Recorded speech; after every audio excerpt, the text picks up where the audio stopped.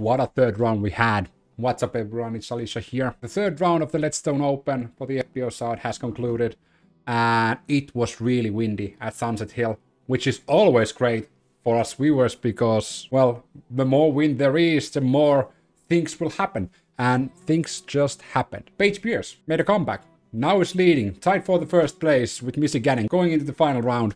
So Missy Gannon couldn't keep her lead, and Paige Pierce got up with Missy. Well, Paige just played better, that plain and simple. Played the wind better. Missy Gannon didn't play badly. She just was against Paige Pierce, who was on fire after the round 2. Tied for third. Notice that I'm saying tied for third. Is Sarah Hokom. What a tournament Sarah Hokom is having. She's just playing well.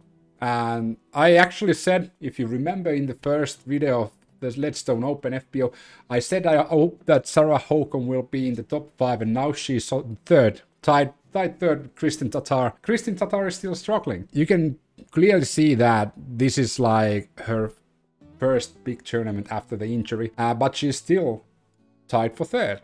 Even though it's clear that she's not 100%, she's having difficulties staying on fairways, she's having difficulties on putting. So there's a lot of things going wrong for Kristin, but she's still tied for third, and going into the final round, it's going to be a blast to see what Kristin can do, and can she actually compete against Paige Pierce, because the difference between third and first is 4 strokes, so everything can happen. And you have to remember that we're going back to the Northwood Black. So Kristin did better there than Paige Pierce did. Anything can happen. But after the third round, there's only 25 players continuing. Let's see who they are. I wanted to check all the 25 players who qualified for the last round. Of course, you have your top 4 players: Paige Pierce, Missy Gannon, Sarah Hokom, Kristin Tattar. You know, on your chase card is Lisa Pigos, who was on the lead card for 3 rounds and now dropped the chase card. Didn't play badly, but the women above her just played better. Ohn Scoggins on 6th, Katrin Allen still in the game. I can say that Katrin Allen is probably not going to win this, but she can still get a podium finish. Ollie Finley, Madison Walker.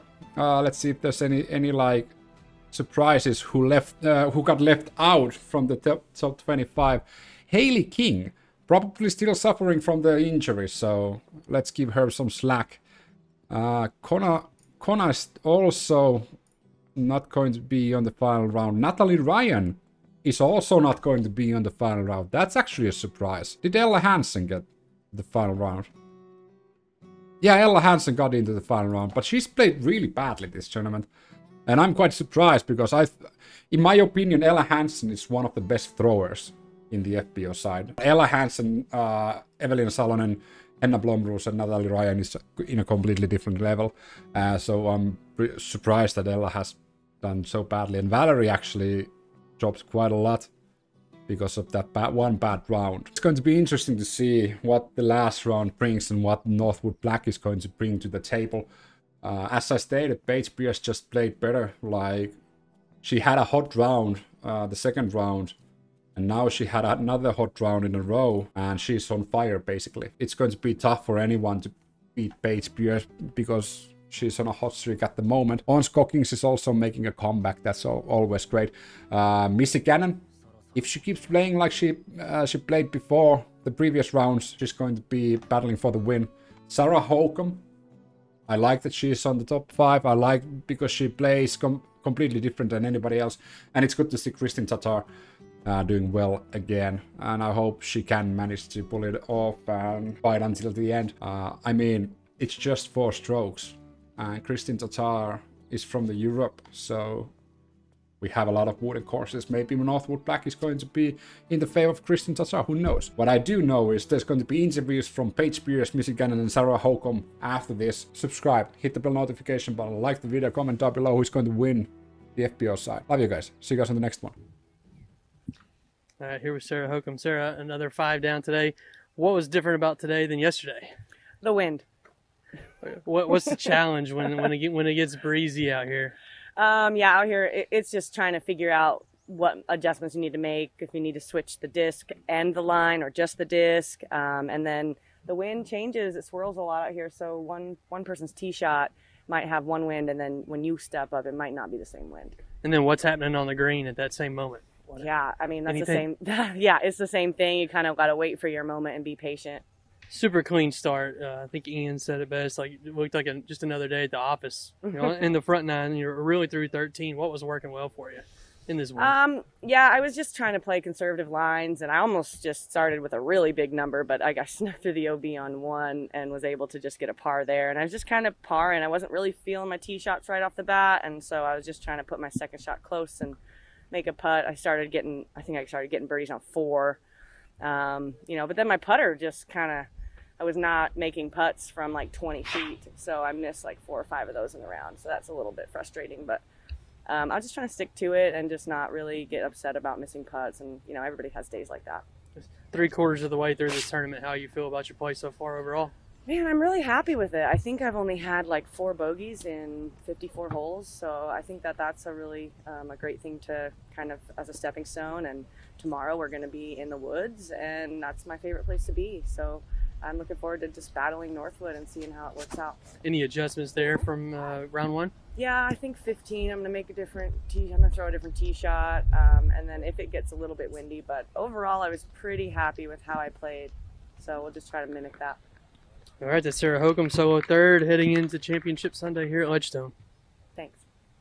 Joined here by the co-leader, Paige Pierce, 7 under par today. How satisfied with the round are you? I know it was a worse score, but it felt better. I only had 1 bogey, and also the wind was just super present today. So every shot felt very important. I told myself tee shots were going to be really, really big here so that I could either decide if I wanted to lay up or tap in a birdie. So yeah, it felt hard, but I feel like I accomplished what I needed to do and get to Northwood. Specific question about a shot you threw. On hole number 9, you threw a fantastic drive off the tee, and you had about 100-footer to the basket. Saw you switch to a full throw and actually take a stab at the basket, but you quickly laid up after you missed. Was that kind of an all-or-nothing decision you made? That actually was not a stab at the basket. That was a very, very bad throw by me. I was trying to lay that up. That's my worst distance, so if anybody wants to beat me at something, it's 100-foot layups. For sure. You had about all of us fooled on that one.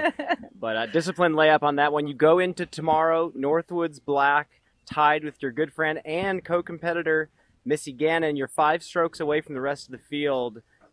How are you feeling going to battle with Missy tomorrow? Me and Missy have 5 strokes on third. Cool. That's awesome. That's awesome. We'll have like a little shoot off, and I feel like we can keep the gas on and just kind of try to collect birdies out there, and mostly, honestly, just kind of avoid overstrokes. But yeah, I feel like that's going to set up for a cool battle, and also for a hero story. If one of them gets on, it could be very entertaining disc golf. Well, thank you, Paige, and good luck tomorrow. Thank you. We are joined here by the co-leader, Missy Gannon. Missy, 3 under today. How do you feel about your round? I obviously left a lot out there after, the round I had yesterday. We had more wind today, but I think I just had a few short putts that I missed, and otherwise I felt pretty good. Comment on the Sunset Hills course. When the wind picks up, it gets a little bit tricky out there. Sure, yeah. It kind of swirls a little bit, but that's really the biggest factor out here. It's very, very scoreable, but when the wind picks up, kind of comparable to Eureka Lake for the men, it's like, it's just a little bit of a different ball game. So a little more thinking, a little more time taken, but it wasn't too bad. We kind of got lucky. We are going back into the woods tomorrow, Northwood black. Any adjustments to the game plan you're planning on making tomorrow? No, I shot a pretty good round there the first round. I think if I could do that again, I'll be pretty good. Again, like Paige said, just avoid the overstrokes and try to get the birdies when you can, because 4 strokes is not really that safe out there. You just never know. So I'm just going to keep my foot on the pedal and just try to hit my lines. Well, I'm going to make a quick correction. You have 4 strokes on third place, you and Paige.